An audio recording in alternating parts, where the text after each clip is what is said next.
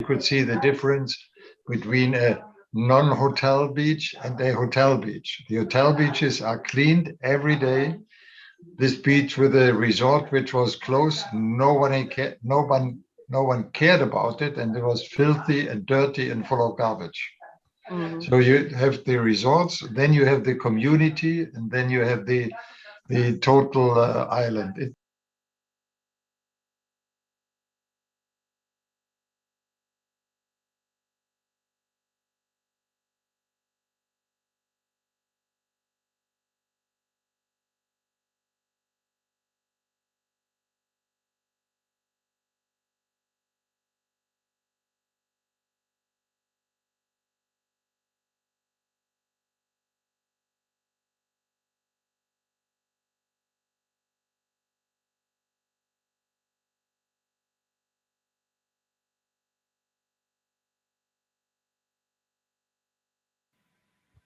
Good morning from Ethiopia News in Honolulu. We're going to be live with a panel in about 2 minutes. And those of you joining us on Ethiopia News or on our social media at this time, you don't see us yet. You see our logo, but we're here. We're getting ready. And if you wanted to join us directly, you can still do this. Just go to worldtourismevents.com, worldtourismevents.com, and you see the Hawaii event listed. You can just get your own sign in and join us live. Otherwise, stay tuned. We're going to be starting in less than 2 minutes. Thank you.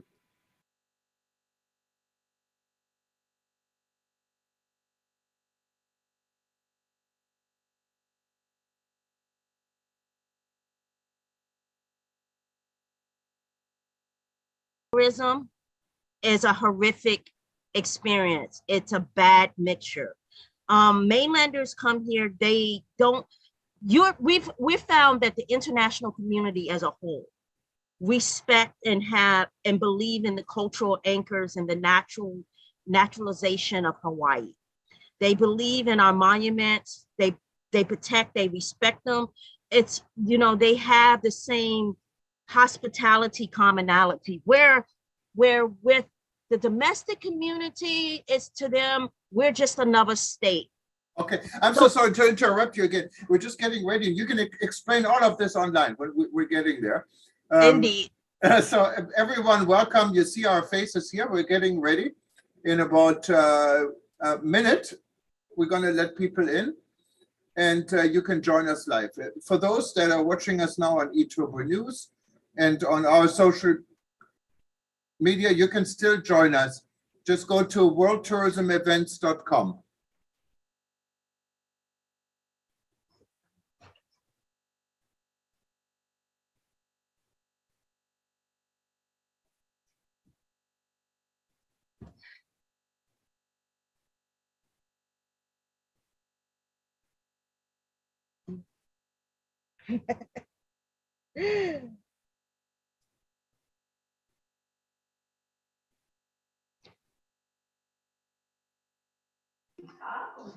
Jürgen, you are getting older.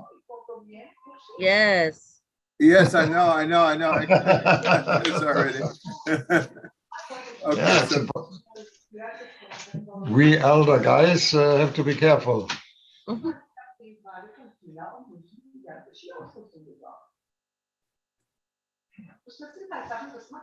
So I switch off my mic now.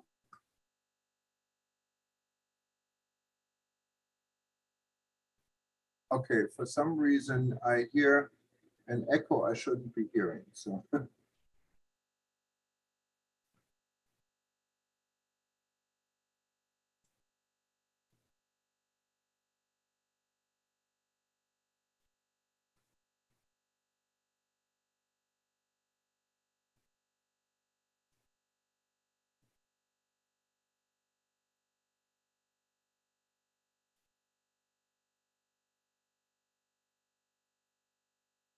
okay, guys, we're getting ready.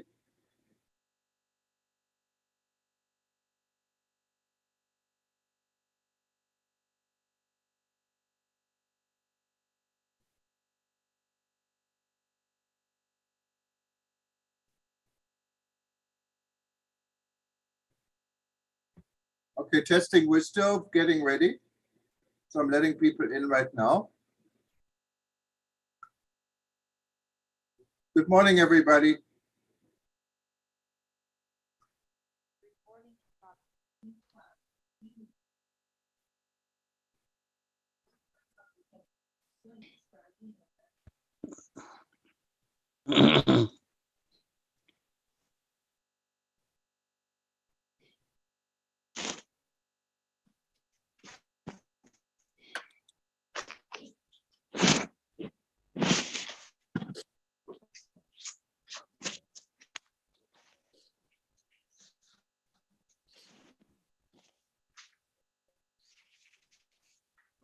Okay, I'm still letting people in. Sorry about that.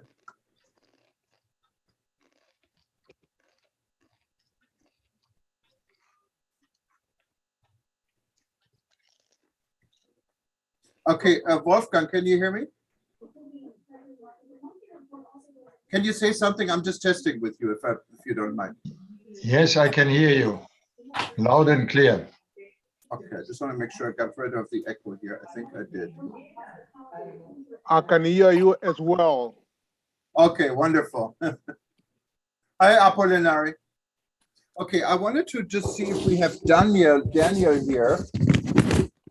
Frank Haas is I'm here, Jürgen. Yeah, oh, here. Daniel is there. Okay. Yeah. So, now I can hear my echo again for some reason. I don't know. You're coming clear.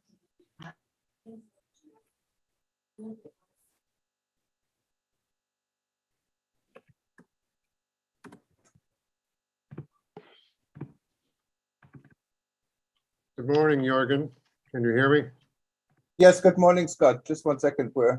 Okay, I'm I muting. still have some issues here, but I'm getting there. I think I had another browser up here. So I think I don't hear my echo anymore. I heard everyone like with a 1 minute delay, what means one of my browsers is on it. I didn't know which one, but I don't hear it anymore. So we can ready to start. So give me like 2 seconds. I'm going to unmute everybody. And good morning, Frank. I see you. So that's wonderful. And so we have Daniel, we have Frank, and okay, let me just see. And Pamela, of course. And let me just check one person here, just then we can go. We got Scott. Okay, so I'm going to mute everybody now.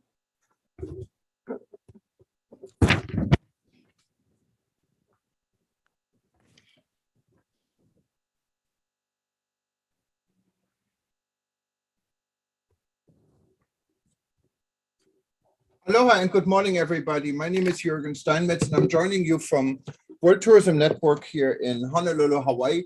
And we're not going to go very far this morning from my perspective, because we're staying right here in Hawaii, and our discussion is about the relaunch and the current state of tourism in our state.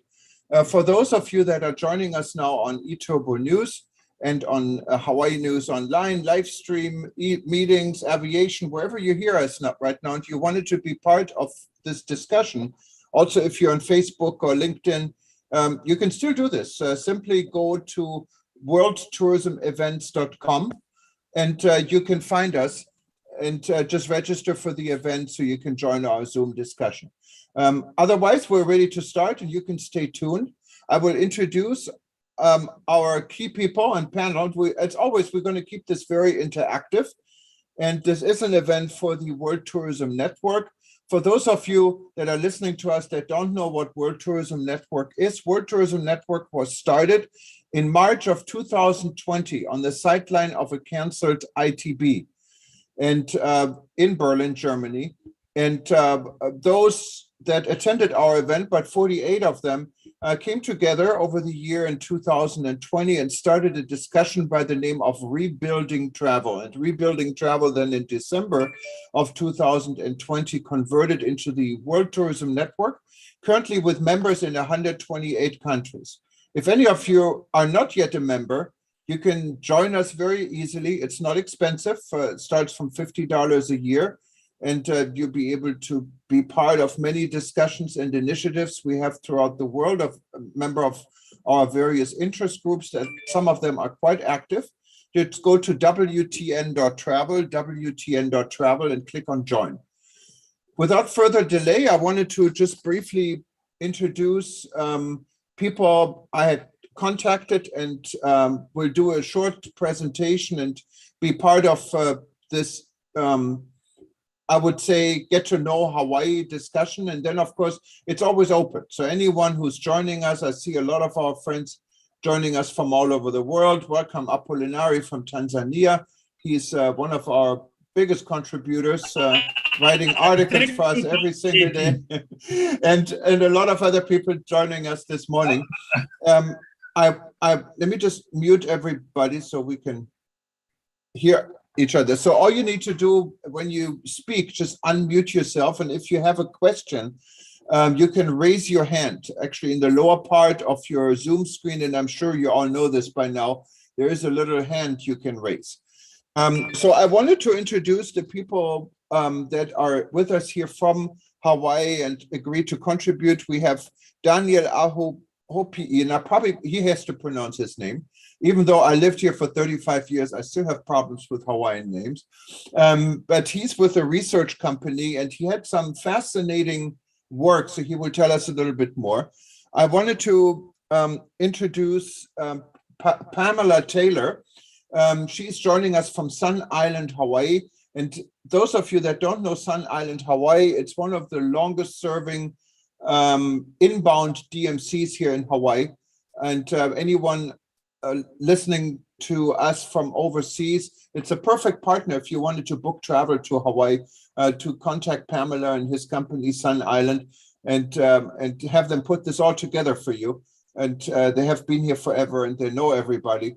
And of course, they have earned the trust of the industry. We have then my good friend Scott Foster. Scott is in private business here in Hawaii. He's a consultant. He's a political player in a lot of ways. He plays politicals, let's put it for political people. And he's quite a fascinating guy. You will hear from him about his perspective. And of course, Frank Haas is here. And Frank, I know Frank for a long time when he was in charge of international marketing for the Hawaii Tourism Authority. And he has been the dean of Kapiolani College, and is probably one of the most respected tourism consultant here in our state, and has a lot of insights. And yes, I see more people here from Hawaii Pacific University joining us. So you can just jump in, maybe after we hear our guests of honor, and anyone, of course, can be part of it. I would suggest we can start with Daniel. Daniel, if you unmute yourself, because I have to say I was inspired by Daniel's research to actually call for this event. So he can give us some feedback and tell us a little bit more of what he's, and I think it's called SMS Hawaii, is doing. Oh, aloha, everyone. This is Daniel Naho Opi'i, and I'm from SMS Research here based in Honolulu. We are a full-service marketing research and consulting strategic planning company. We also have, besides the Hawaii Tourism Authority as our major client, we have since 2019 also the government of Fiji through the World Bank, working on their international visitor surveys. So what I found was quite interesting, comparing a survey we did in May of 2021 compared to just recently in November of 2021, that Hawaii residents have actually shifted slightly on their sentiment towards tourism promotion. And we found that from our survey in November, that a majority of Hawaii residents feel that Hawaii must continue to promote tourism, particularly so either increasing tourism promotion now, promoting tourism until the recovery, or keep tourism promotion about the same level as it has been before. At about 63% of all residents. Back when we surveyed in May of 2021, before the summer season, it was only at 54% about 6 months ago. We also saw, however, there is a portion of residents, there's a segment of the population that want to scale back tourism promotion or stop tourism promotion in all terms. So we saw that about 27% want to scale back tourism promotion and 11% want to stop tourism promotion. What I felt was interesting was that even though residents want to encourage more tourism promotion or continue their tourism promotion currently, they still feel that Hawaii residents are wary of outside travelers bringing in the next wave of coronavirus infections. And so we also asked them about, should the state require all travelers coming into Hawaii to test for COVID-19, even if they have proof of a vaccination, which currently they just have to show a proof of vaccination to avoid quarantine.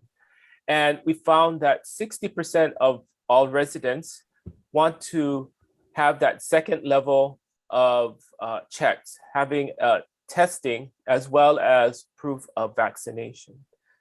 So it does show that they are concerned with our economy right now, but at the same time, they are also concerned and playing this balancing of the effects of another wave of the pandemic. I can show slides, but I think if we just talk through right now, that's a good explanation. Maybe we can work from there. No, thank you very much, Daniel. A really interesting insight. And for those that don't know this, Hawaii has worked very different. I know a lot of you joining us specifically from Africa, you want all the promotions you can get. And most of the destinations want tourism, wants more tourism. Hawaii has been surprisingly a little bit different. Many say we must have the only tourism board in the world that really is working actively to have less tourists than more tourists, even though hotels, I understand, are currently only running with 30-some%. So it's a very unique situation. And to make it even more controversial is, it looks like those that should have an interest in promoting tourism are not speaking up. I can tell you for this event, we tried to get people from Hyatt, from Marriott, and from Outrigger and some of the major hotel groups, and also not the some major hotel groups like Ilima, to be on this event, and they don't want to speak. We have tried to invite the Hawaii Tourism Authority to say something, specifically explain their new direction. I think Frank can probably give us some insight on this. And they don't want to be part of it. Even Hawaiian Airlines is scared. So, and then again, we're not living really we're living in a fairly free country, so people can actually voice their opinion. So all of this is quite different here in Hawaii and surprising. But this is a wonderful destination. I lived here for 35 years. I love every day I'm here. It's just stunning, beautiful here in Hawaii. We have so many things to see and to experience for tourism. And most of us, I think, here in the industry love visitors. And that's why we have something what's called the Aloha Spirit, what no one else has, what sells on its own. Maybe we don't even have to promote Hawaii. And I would think, why don't we go, Pamela will give us more like from a practical input, but let's go to Frank and then to Scott after this, and then maybe Pamela, and then we can open for questions and see where this goes. But Frank, the floor is yours. Well, thank you, Jürgen. Thank you, Daniel. I loved seeing the research. We're in interesting times in Hawaii. Things are very fluid. So I'm not surprised, Daniel, that we're seeing shifts in attitudes, and you're going to continue to see shifts in attitudes. It's an unstable environment out there. The other comment I would make relative to what Jürgen was saying about African nations still trying to promote tourism is there comes a time when there's a shift in what a destination needs to do from promotion to management. I believe that Hawaii is at that inflection point now. And it's also critically important to understand the difference between promotion and marketing. Because if you look at WTO's reports over the years, as tourism grew worldwide, the whole focus was on arrivals and numbers, and you see that, and that's fine if you're at a growth stage, but at some point you shift to a destination management stage, and then you need to look at things beyond just the number of visitors that are coming. That begs the question in my mind of how you do that. And I've been a proponent of we need to also shift our thinking from marketing plans to management plans and to long-term thinking about the destination. I think in the absence of that, you're seeing what's happening in Hawaii. The reaction to tourism impacts has been what I call idea grenades. People are throwing all kinds of ideas out there without coordinating them, without putting them into a coordinated plan. Currently, we just raised the transit accommodations tax, that hotel tax, 3 points. That was done by a bill at the legislature that didn't even have hearings. So here we have the largest industry in the state, 17% of the economy before COVID, 20% of the employment, and we're making radical changes without really putting those changes in the context of a plan. And I truly believe that that needs to stop. In addition to that, just coming out of frustrations, we're seeing other ideas thrown out: access fees, limitations, green fees, all kinds of ideas. And in and of themselves, they may be good, but once again, they should be coordinated, and we should think about that in marketing terms, not promotion terms. And marketing, the distinction between marketing and promotion is you talk about the brand and the product, and that's and I'll stop there and just say we need to recalibrate our thinking and understand where we are and where we need to go and how to get there through long-term planning. Thank you very much, Frank. Very good input, like always. Scott, what do you think? Oh my goodness.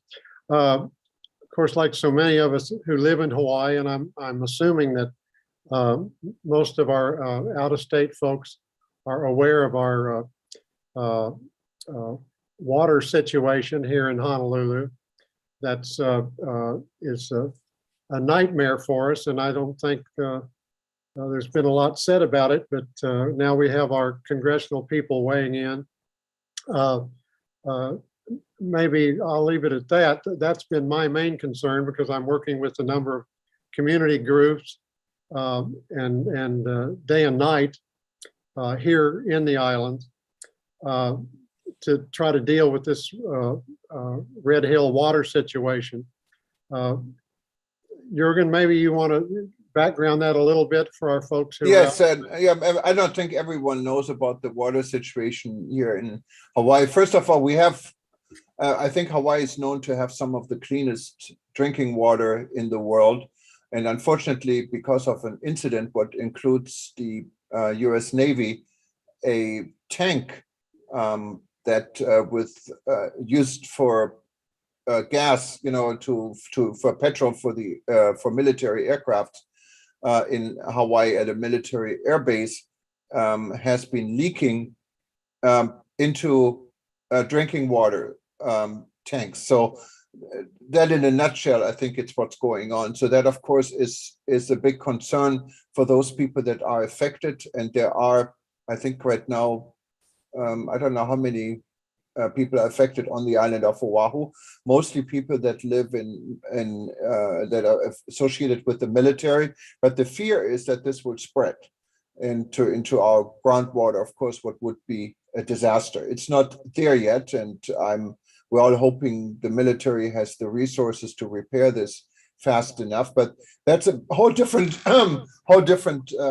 problem we have. Besides, seeing how we develop the tourism industry. But I think Pamela from Sun Island, Hawaii, I said, is a DMC, is an inbound agency. She's in business to promote tourism. So I would assume, Pamela, you love to have tourists here, because the more tourists you get and the higher spending tourists you get, the better your business Sun Island is doing. So maybe you can give us a little bit background from your perspective, how things are, how do you expect things to be when it comes to the travel industry. Please unmute yourself too.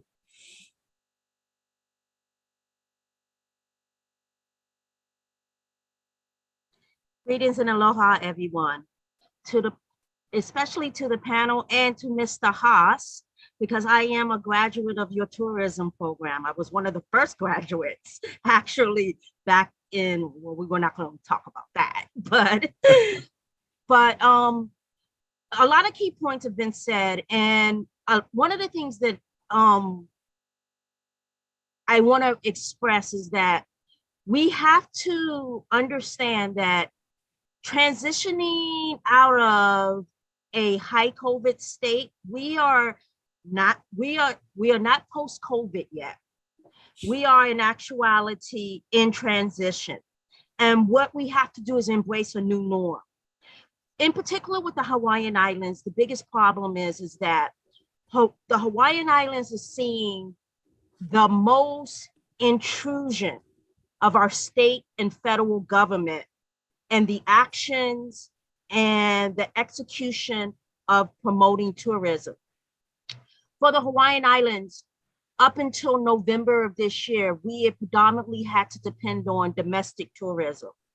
Historically, a lot of people don't understand this, that about 20 years ago, Hawaii Tourism Authority very excellently, and with much excellence, I like to say, executed a new model where they embraced international tourism more so than domestic tourism.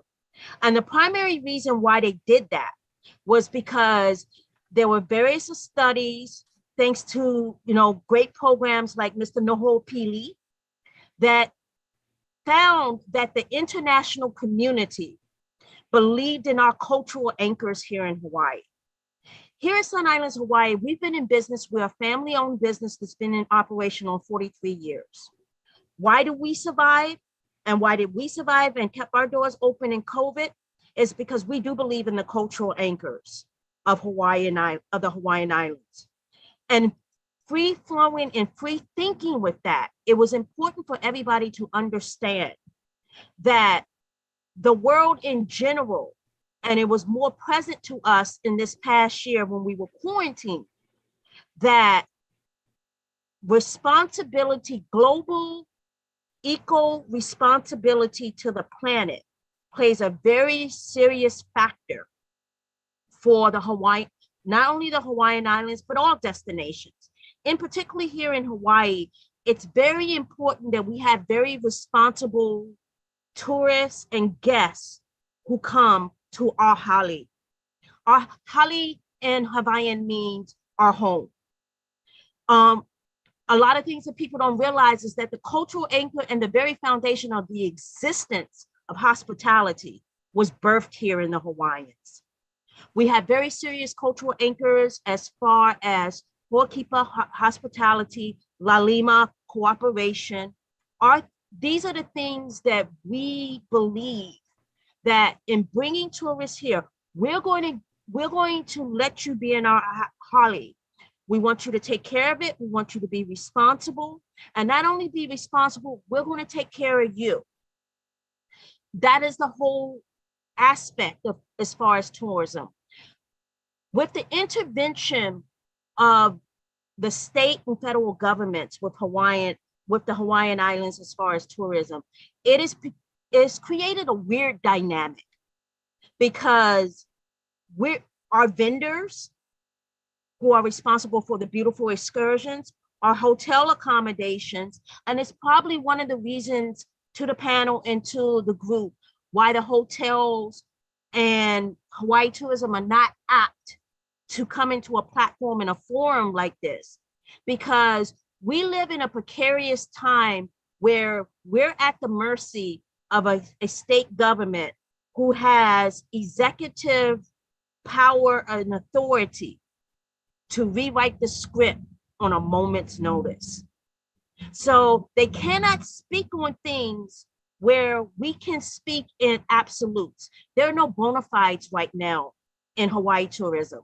And with that being said, that becomes very problematic. Just as right now, we are open to 80 or 100% capacity, depending on the levels of the hotels, tours, and excursions. If our numbers peak to a certain point, there may be an emergency proclamation where a lot of businesses, a lot of tours and excursions, and a moment notice have to shut down. For Hawaii, tourism has become a pivot, and you got to be ready to be on a pivot, to pivot at a moment's notice. As DMCs, DMO operators, bringing people here, especially the international community, which is what Sun Islands specialize in. We've had to incorporate a whole different series of wheel sets and incorporate a lot of knowledge to educate the international community coming here. We're facing issues of it's taking them twice as long to get here than it did originally, to accommodate certain COVID mandates to enter the islands. We've had to educate them, and tour operators and travel agents have had to make accommodations and then make sure that they extend accommodations and get their timing correctly so that they get the necessary credentials to come into the Hawaiian Islands. Otherwise, they face, be it if they come in to Kona, Maui, or Oahu, being quarantined if their credentials isn't correct. The reason why it's been very, very important, and I have to stress this, as from the business aspect of tourism, it's frustrating, but to be Aina and to live and my family generationally, culturally anchored from Waimea, Hawaii, it's important to understand the historical precedents that diseases and the outside world bring to Hawaii. That is a part of our history. So we're trying, the preservation is that we take care of our elders here in Hawaii. And in taking care of, and we take care of our family. Everybody is a ohana. We don't leave anybody behind. We believe in taking care of each other. So the responsibility is to protect what is the defenseless. And a lot of the way that our state and federal government has tried to impose these rules and protocols for COVID. And it's on us to have due diligence to navigate it. And that's what we're trying to do right now. We're trying to find our way. It's something that's not going to happen overnight. We've instituted tools and protocols, and a lot of it has to do with dialogue, having beautiful platforms like this that is supplied by World Destination Travel to support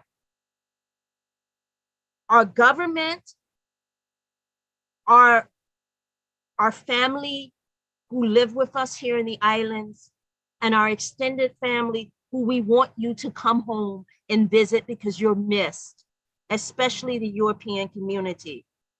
But it's a dialogue, and it's going to be trial by error because things are uncertain until we, not only as the Hawaiian community, but as a world, can come together on a platform on how we can work together to be responsible about this pandemic that is ravaging us on a global level.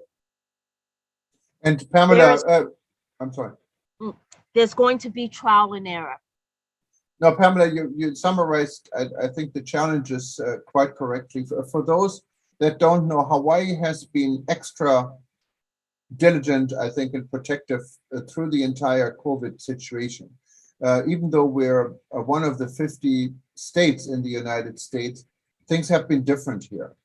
In order to get to Hawaii, of course, you have to go on a 5.5-hour flight from the US West Coast. So we're kind of located, it's probably the most remote island in the world, I think, between the US mainland and Asia and Japan. So we can pretty much control who's coming in and going out. And with requirements like having to be tested before you get here. Now recently it changed that when you're vaccinated, you can come in without being tested. And if you don't have a test or a valid test, you had to go to 10 days of quarantine. I remember when I got back from Mexico in May, I had to go to 10 days quarantine, even though I was tested, but Hawaii was so strict and only really accepted tests from the United States, not from Mexico, where I came in. So we have been very careful. But if you look, we're all connected in the world. So if you look at the current numbers, there are quite high again, and like they're everywhere, like they're in Europe. I see the numbers. Wolfgang, correct me if I'm incorrect, but I see the numbers from Germany, and I follow them with big concern. And it's similar in Hawaii. Our numbers are going up, and unfortunately, also our death rate has not been as low as it was at times when we completely shut down. Now it looks like the community, not only in Hawaii, globally has become more immune. So 1,500 people dying in the United States on one day, these are realistically 5 wide-body planes crashing in one day, doesn't seem to shock people that much anymore. But then, of course, we have to continue our economic prosperity. And tourism, of course, is a big industry driver in many destinations, including Hawaii. Maybe before we get to Scott, Pamela, how are the numbers? How many people are actually coming here? How's your business? How are you guys doing? Because Sun Island is really specialized in international arrivals. And the United States only opened up on the 8th of November. I was actually on the very first flight from Frankfurt, Germany to San Francisco when the United States opened up for international travel. And I can tell you, it was a zoo out there at Frankfurt Airport. People are desperate to come and visit the US. How's this here in Hawaii right now? Well, officially, we started seeing visitors back here in Hawaii October of 2020, where we took that time between March and into the summer to integrate a plan, because we do have some very amazing clients who did have a domestic market, and it was a pivot. It was straight a pivot. We instituted a more high-end luxury program. We did our research. I utilized the tools that I've gotten from the industry all these years, as far as marketing in particular and what have you, and product and procurement, and basically created a model based on people who wanted to travel and what was it to travel in COVID. And that is something that to the international community that the message should be. You really need to probably take a step back and take a study of what it's like to travel post-COVID. What we found is that people didn't want to travel in large groups anymore. People were willing to pay to travel as safely as possible. We ended up attracting a higher end, more financial stable group of people who were capable of travel and wanted to travel, couldn't leave the country. One of the things about the domestic community is, and of the wealth of the wealthy elite here, post-COVID, as soon as any opportunity opened up for them, they were willing to go anywhere. And so there was a need to, after being locked down for a year, to come out. And making Hawaii that destination and knowing the fears and the risk it was opening up to the domestic community, Hawaii, where we still had deficiencies. I don't know, a lot of people didn't realize up until honestly the last 6 weeks, Hawaii had a car shortage. We had a rental car shortage, and we had to navigate through that doing the reopening to domestic travel. We had to open back up to people in the domestic community who was not fluid with the pricing of our economy and the price it was going to cost to come, and the availability being cut by 50%. We had to navigate through all of that.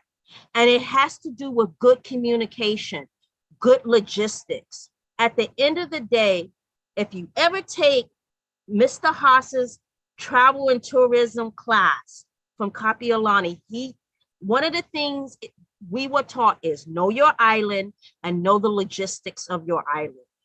And in communicating that in a destination management industry, it was tricky. It was logistics. And we at Sun Islands, unfortunately, had to reduce our staff by a significant amount and handle destinations and still give that quality connection. What hurt most is, particularly with Sun Islands, not just to plug our company, but we do pivot to the European community, and we do offer multilingual touring for our guests, which means we had to incorporate for our client, for the domestic market, and to operate for our vendors. You know, it was heartbreaking because I have like 65 vendors who run tours from Haleakala to Napali Coast, who cater in German, Italian, French, Russian. And I couldn't offer them business because they didn't have the base, they didn't have the operational tools to meet a domestic market. That was frustrating. So then I have to kick in for procurement and reestablish new relationships with people to create that domestic market. It was good logistics. We saw a lot of people doing buyouts this past year. Now, as the Europeans come back, is trying to incorporate that small group and trying to educate them that a lot of the vendors found this model effective. You have to understand that with the reduction requirements that were placed upon tours and excursions, that meant a reduction of staff. And as the numbers are raised, they still technically don't have that staff back. Another thing that I'm starting to see, which is our operational hurdle. Sun Islands, Hawaii is very important in being versed in European travel law. So European travel law has some very specific privacy issues. Whereas here in Hawaii, because of the contract tracing requirements that have been placed on tours and excursions, they do conflict with the European travel privacy laws. So it's become very problematic because it's hard to navigate as Europe comes back to make them understand it's not business as usual. It's not there's a new norm. So it's hard dealing with the European community who's not very upfront about giving us personal information of the guest. And it isn't about a proprietary thing. It is because these vendors, especially certain group excursions, such as luau's here, such a small group as far as boating tours, certain tours are required to have as much documented information so that our state health facilities can contract trace in case there is a breakout or an infection. And it's trying to get the European community to understand, we need you to go to your government and make your government and your magistrates understand. We want you here, but we have to find common ground and how we can travel, receive you safely, and you can travel here safely. No, thank you, Pamela. A good input. And yes, I know of a lot of people, and we hear about a lot of people that hotels are understaffed. Even with low occupancy, it's sometimes hard to handle the low occupancy they have to manage because people during the time when we were locked down were looking for other opportunities, left the island. And this is probably not a unique problem only in Hawaii, probably also for many other destinations. Scott raised a hand, and I think Danielle also made a comment. So let's go to Scott first. Aloha, can you hear me? Yes, go ahead.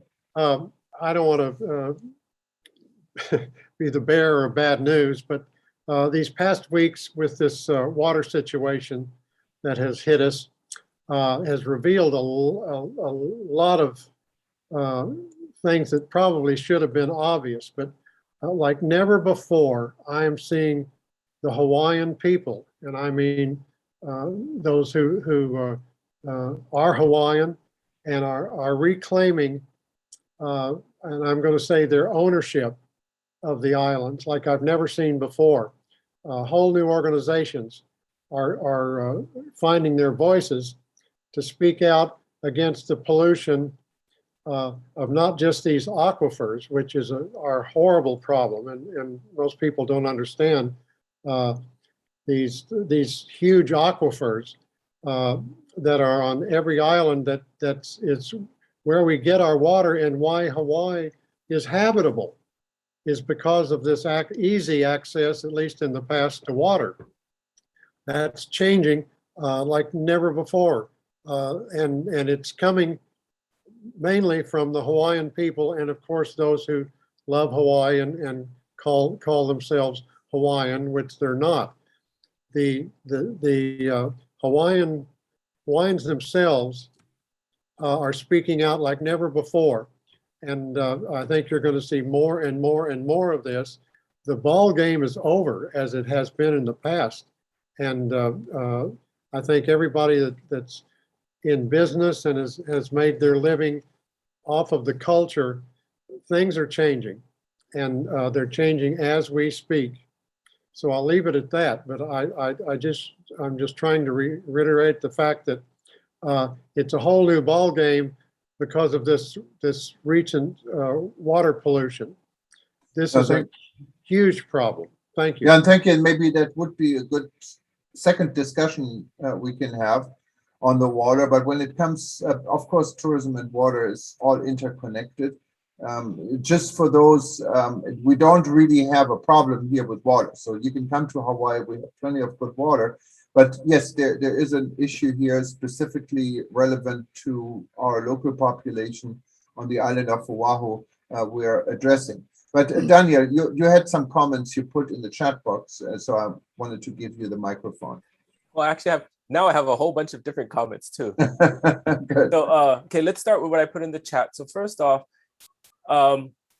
it may seem like, especially during the summer, we had a bounty of visitors coming. The press releases went out that tourism has recovered, but really it hasn't. As Pamela mentioned, there's a lot of the group travel, international travel, which are our higher spending visitors, so are not back yet and not consistently arriving. So we are still depressed in terms of the tourism economy here. So that's an important consideration. But then to transition on how are we going to manage it well, as Frank had mentioned, there's two issues I think that are tossing around. One, going to where Scott was talking about, it has to do with the same issue that's happening in the water. Residents really didn't get involved in tourism management and didn't hold the state and the other agencies accountable on managing the property, the sites. The same thing happened with the water. Everyone knew already that the Navy has been having problems with their tanks, but the state really didn't step in to continue to manage and monitor that as well as they should have. And so it's very similar in what's happening in the tourism, where the residents now are taking a stand now to get more involved and holding the state and county and the other agencies to manage the sites, to encourage work out systems that can limit visitations in a more controlled manner, hold the tourism authority more accountable for how they promote different sites and other situations. But then I have one last comment, and that is tying it all together. We need to transition out of this, and this is the best time to work on it. And we can start, I think, from certain areas such as our meetings and conventions and our group travel. They are the most controlled area. And if we can, as Pamela has been trying to encourage certain groups that understand the issues, and have to deal with regulations, it's the same. If they can deal with the regulations for COVID, then they can start to go with more restricted types of tourism products that have these cultural requirements in it. They have certain, you do not go here to visit. It's not free form traveling and hiking all the time. If you encourage those visitors and create tours and products of that nature, and the DMCs and especially the meeting planners and group can start to do that, then the product will change. And that's one of the issues we've had in a long time, is the product hasn't changed. We still have these free form, wild spree type of fun and sun products for first time visitors. We haven't done the repeat. We haven't done the more culture. We did little spots of it, but we haven't shifted to only offering those kinds of things that have just as much interest, create just as much spending, but there's limitations that protect the destination. And I think if we start from the group and MCI and then work our way, it'll convert over to this. And I know Frank maybe think that's kind of an interesting way of taking it, but I think at least we can work on it. And the MCI contract is up for bid right now. So MCI promotion contract's up for bid. So this is a good time. I hope those people that are applying for that meetings and conventions contract are thinking in these terms. Anyway, yeah, that's a very good point. And Frank, you raised your hand. I did, because there are so many good comments here. But first of all, thank you, Pamela. It's always good to see a student who is in a position of actually doing some of the things that we learned in class. So thank you for that. Daniel, you're right on. We have not paid attention to the product. We've not paid attention to the new tools that are available. Technology has the potential to really change the game here in terms of how we market and who we market to, and being much more precise than we have been in the past. But the other, and I'll just make some quick comments so we can open this up for other people. But the other object lesson here for everybody, even those countries who are still in the development stage, is pay attention to management early. We have seen these issues coming down the road and ignored them, basically. I will just say that I was involved in several strategic plans for the Hawaii Tourism Authority, and one of them was back in 2005, which was now, 15 years ago. We identified 9 things that had to happen, not just marketing, but 9 things that need to happen: Hawaiian cultural preservation and promotion, natural resources, good research, long-range planning. All those things were identified as things that should be done, and somehow we fell asleep. And here we are 15, 20 years later, where we're saying, oh my goodness, it's a crisis. So the time to avoid a crisis is before the crisis happens. And so that's, I think that's a lesson for all of us. Absolutely. Let's get to Pamela, and then we open up for other questions. I know one, Vanita asked if you can still swim in the ocean, and she can drink bottled water. It's not that bad yet, so it's not really affecting ocean water at all.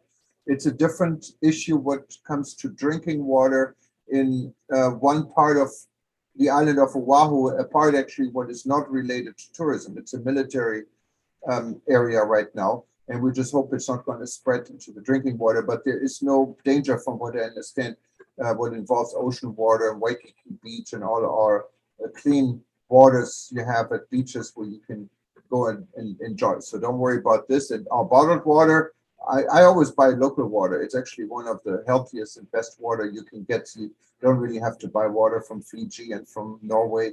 No need. Our water is great. But Pamela, go ahead. Okay, so a lot of things. Frank, as always, like all those points that he just told you, he makes sure is in his curriculum 110%. You graduate his program, you know it. Daniel, you're totally on point.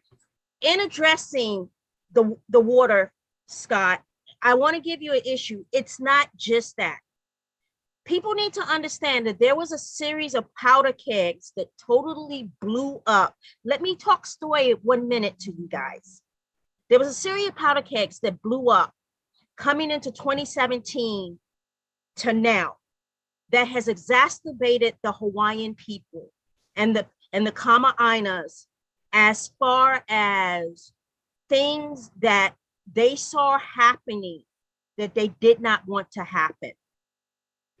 Number one, we have historically, When DLNR was created back in the 1900s, there was a series, and I'm speaking not only as a DMC person, personally, I have, like I said, Hawaiian cultural anchors. My family is one of the first families that were integrated and embraced by Parker Ranch in Waimea.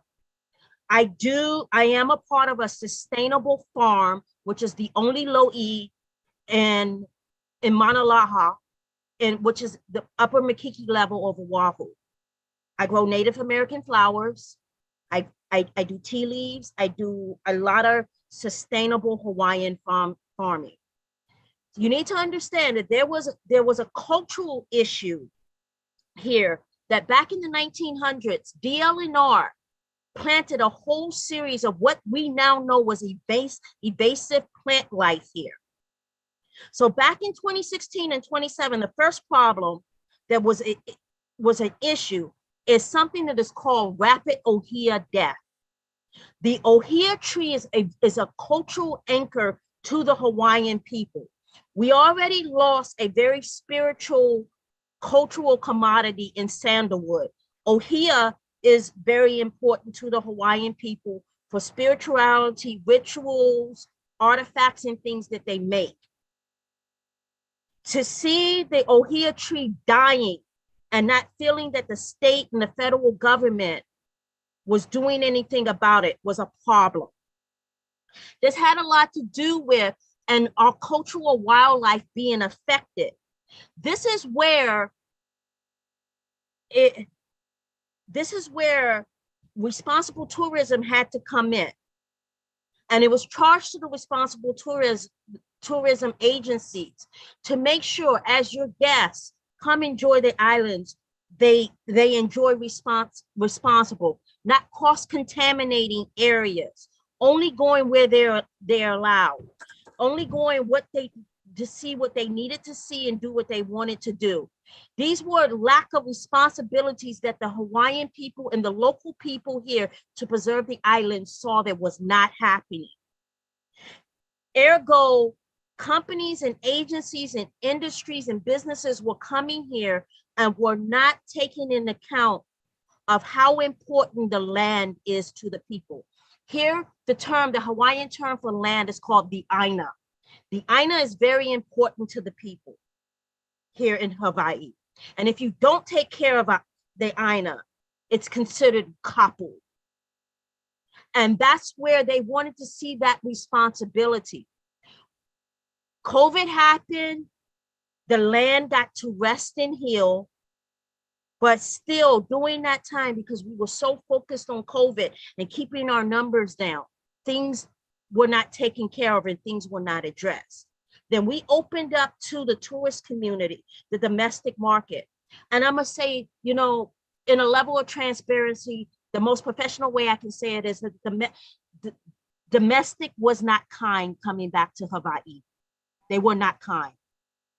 In particular, something that was very, very near and dear to my heart that affected me greatly, that in Maui this summer, one of the most oldest known petroglyphs to the Hawaiian Islands was disgraced by graffiti of tourists. And they had the audacity to film it on social media. Other things that we had was domestic people who came and disgraced our royal families, statues and monuments by putting paraphernalia to their mouths and filming it like it was funny. We had people destroying local monuments and, and just no respect. And that's the whole thing about why it's important for us to monitor and be responsible about who we bring here and how they enjoy the islands. And as I said, the nicest way, the European community, the international community as a whole, respects when they go to someone else's home. And we need to find that focus so that you guys can come back to us. Pamela, I'm sorry. Go ahead. No, I said it's very good point. But since we're running a little bit short on time, it's fascinating what you're saying, and it's true. It's probably not only true for Hawaii; it's true for many other destinations. I'm wondering if anyone has a question or comment. Please raise your hand. Otherwise, I'm going to put a couple of people on the spot here. I wanted to put on the spot Wolfgang Hoffmann in Düsseldorf, and I explain who he is, and also Professor Snesana in Serbia. But please raise your hand and we're going to give you the microphone. Professor Snesana in Serbia is leading our educational interest group for World Tourism Network, and she's always been a good part of our events for the last year. And when it comes to educating tourists about destinations before they travel, wouldn't that be something what organizations like, for instance, the World Tourism Organization and others should focus on to make tourism better? And I'm not specifically just talking about Hawaii, but also in general, Professor. What do you think? Good evening, everyone. I was listening this discussion, which is excellent. And education of destination is very important, especially when tourists are going to long destinations, I mean faraway destination, where the culture and is completely different, when way of living is different, and especially nowadays when we have this problem with COVID, we have to inform our tourists what to expect. So I think that World Travel Network should have a special education packages for different destinations, and then we have to work together, because a destination changed in these last 2 years. Tourists change in these last 2 years because life changed completely, and many people are saying that it's a new reality, but I don't like it really. Although, for example, here in Serbia, we had our domestic tourism, we had the booming of domestic tourism. 10 times more domestic tourists are traveling around the country, and it's happened in each country. But I could see even in domestic people, Serbian people, they do not know destinations in Serbia. So it is very important to educate tourists about destination, what they will see there, how they can get there, and such things. For example, Hawaii is a very interesting destination for tourists in Serbia, because Serbian people like to travel a lot, and we really travel all around the world, and many people are going to United States, and especially to Hawaii. But nowadays, when I ask them, would you like to travel to Hawaii, for example, they said yes, but we are scared because we don't know what is going on. When we go to the airport here in Belgrade, Nikola Tesla Airport, until we come to Hawaii, we don't know when we change the plane, what is going on at that airport, what is going on in the next airport, and such a thing. So destination, not only about education, not only about destinations, but also how to get there is very important. Yeah, and that's definitely, Professor, that is a big discussion, I think. Yes, it is. Many should have, because we don't know what happens in changing airports, international airports, and even within a country like the United States can be a challenge, because you don't know what would happen if you go to another state. So you definitely have a point. And the education, maybe it's something what tour operators should be encouraged of providing. Like, for instance, Sun Island, we can have Pamela respond to it maybe after we get to Wolfgang. How maybe a DMC could provide some of these informations to their clients, what are tour operators and travel agencies in other countries, or domestically. So before their tourists come here, they have a knowledge about customs and sensibility and so forth. But thank you very much, Professor. The reason I wanted to add Wolfgang, Wolfgang is in Düsseldorf, my former, or my hometown still. I was born in Düsseldorf, so I'm a member of the Score Club, and Wolfgang is leading the Score Club in Düsseldorf. And Pamela was talking about privacy laws in Europe. Help us to understand, Wolfgang, about these privacy concerns. I am not living in Germany now for the last 35 or more years. I even have a little bit of an issue. I said, come on, I mean, what's the big deal having my picture on Facebook? So there seems to be a cultural divide between Europe and the US altogether. What are your comments in regards to Pamela's concern in regards to privacy laws between Europe and the US? Well, I think it's a fairly big issue. The Europeans have the feeling that Big Brother USA wants to grab all the information they can get and store it somewhere somehow. And even when you are just transiting USA, you are under the privacy laws of the USA, and you have to deliver all sorts of information. It is a big issue. It's to some extent, I fully agree, it's exaggerated because everyone is giving so much information voluntarily on social networks, and suddenly they become very kinky once it is a official organization behind it. So exaggerating from the European point of view, exaggerating information collected might prevent some Europeans traveling to these countries where they collect too much data. When I was traveling to the Dominican Republic 4 weeks ago, we just came back. We just had to fill an arrival. When everyone agrees that you have to deliver your contact information so that once there is a spread of the virus, they have your data, where you are from, your telephone number, your email address, so they can contact you and follow up where you are and inform you. But even within Germany, our Corona app, which should allow tracing Corona infections, was because of privacy laws, could not fulfill the job because the guardians of the privacy, they prevented some useful data to be collected,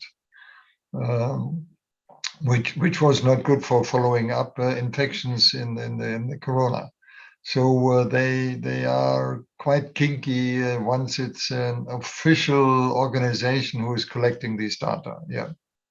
And that is definitely a little bit different, I think, from what we're used here, better or worse. But Pamela has a comment on this. Pamela, go ahead. You please unmute yourself. Okay. So basically, to answer the professor, she brought a valid point. And that was one of the things that we had to do as far as pivoting.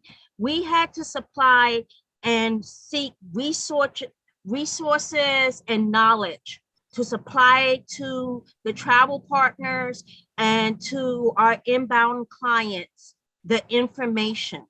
So basically, not only are we supplying you resources, we're supplying you information. We work around the clock to try to stay up on all the changes as far as rules, regulations, and what have you, and we're educating you. Another thing that we did do, Daniel, is that, because I went from being educated as a tour operator all the way to now in the destination management and being a manager and a direct manager of procurement and operations, I created my own tours.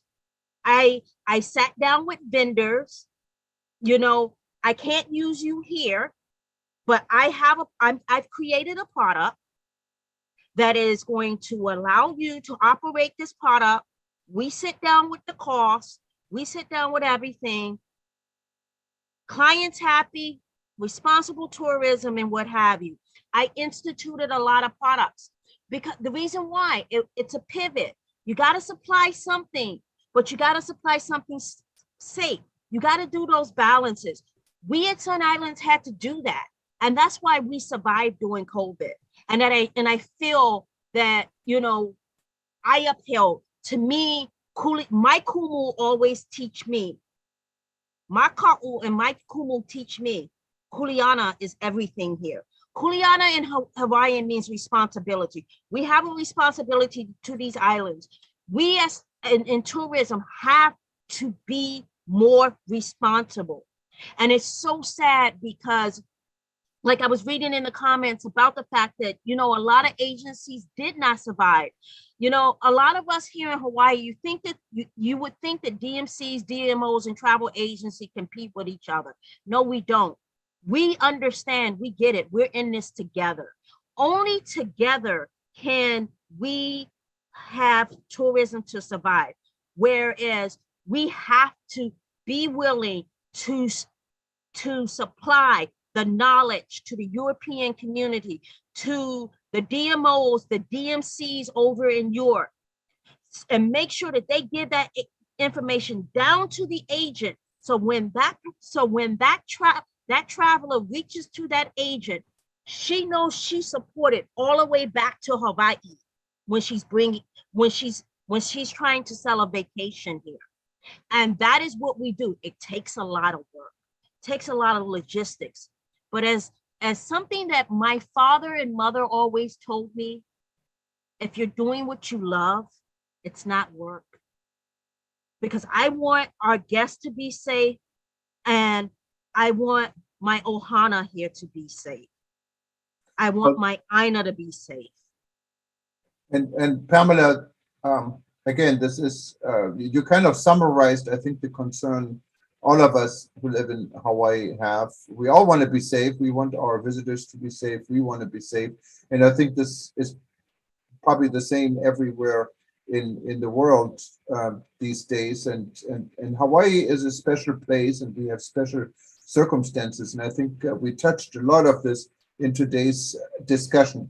So if anyone, we're coming to the end of the session, if anyone wanted to add something to it, please do. In the meantime, I'd like to welcome our good friend and supporter. She leads our Balkan chapter and is actually in charge of tourism in the Republic of Montenegro, Alexandra Gardarcevic. I just wanted to recognize you and maybe give us a few words. How are things in Montenegro right now?